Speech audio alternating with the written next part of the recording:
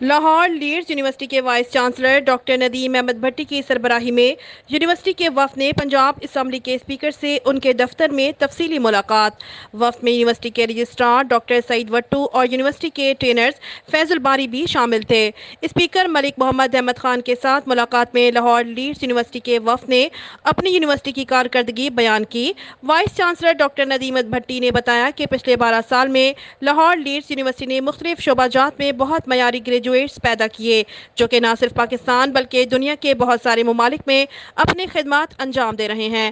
انہوں نے بتایا کہ یونیورسٹی کے طلباء طالبات انفارمیشن ٹیکنالوجی اور کمپیوٹر سائنس کے میدان میں بہت سارے جدید پروجیکٹ بناتے ہیں۔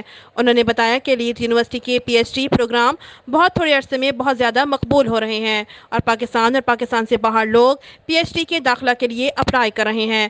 انہوں نے بتایا کہ یونیورسٹی اپنے پروگرامز کو اپ گریڈ کرتی رہتی ہے اور اس وقت وہ پاکستان کی مثالی یونیورسٹیوں میں شامل ہے۔ اسپیکر پنجاب اسمبلی محمد احمد خان نے کہا کہ پاکستان کی ترقی تعلیم کی ترقی کے ساتھ مشروط ہے۔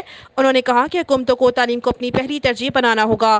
انہوں نے بتایا کہ حالیہ بجٹ میں پنجاب حکومت تعلیم کے لیے خصوصی بجٹ مختص کر رہی ہے۔ انہوں نے لاہور لیڈز یونیورسٹی کی کارکردگی کو سراہا اور پنجاب کی اسمبلی اور پنجاب کی حکومت کی طرف سے بھرپور تعاون کا وعدہ کیا۔